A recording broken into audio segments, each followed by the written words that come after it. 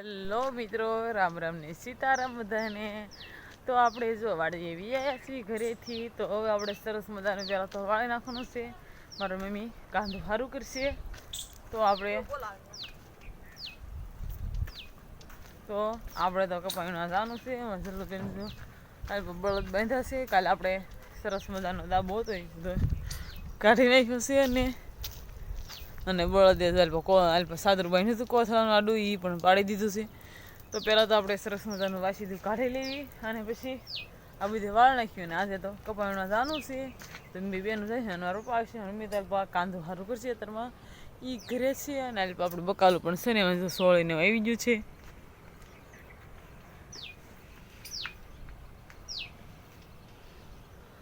તો અત્યારમાં વાળી આવીને સરસ મજાનું પહેલાં તો આપણે વાળી નાખીએ અને સીધું કાઢી નાખીએ અને પછી કપાવીને જવા દઈશું.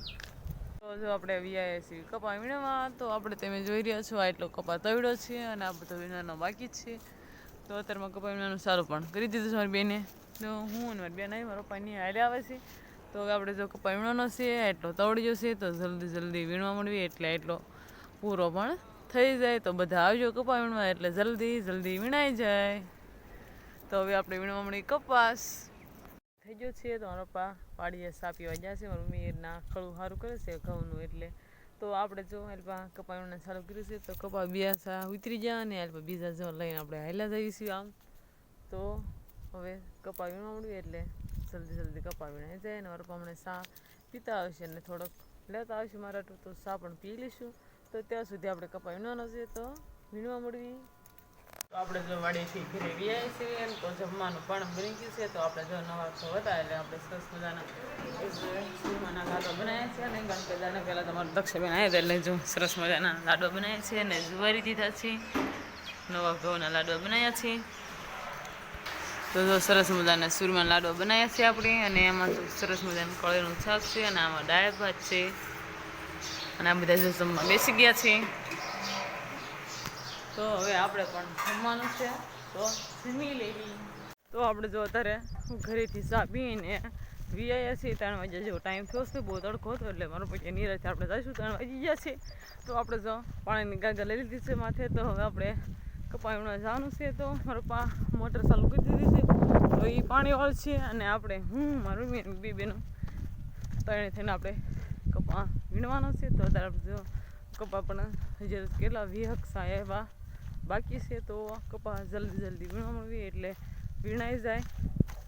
પછી હમણાં લગ્ન આવી જાય છે 21 તારીખે. એટલે આમ હગાવાલા હોય લગ્ન એટલે 21 તારીખ આવે તો આપણે જેટલો કપા વીણાય એટલો વીણવા મળવી.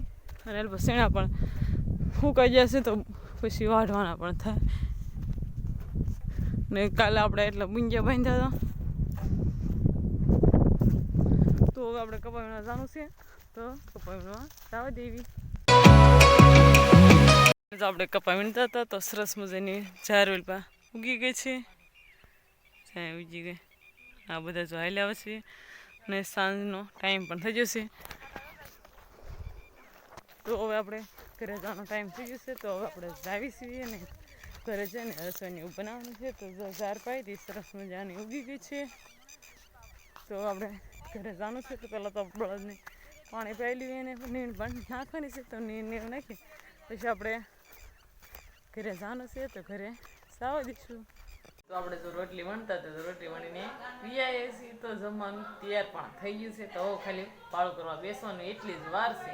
તો હમણાં આપણે વાળું કરી લઈશું. તો આજનો આપણે ત્યાં પૂરો કરીશું.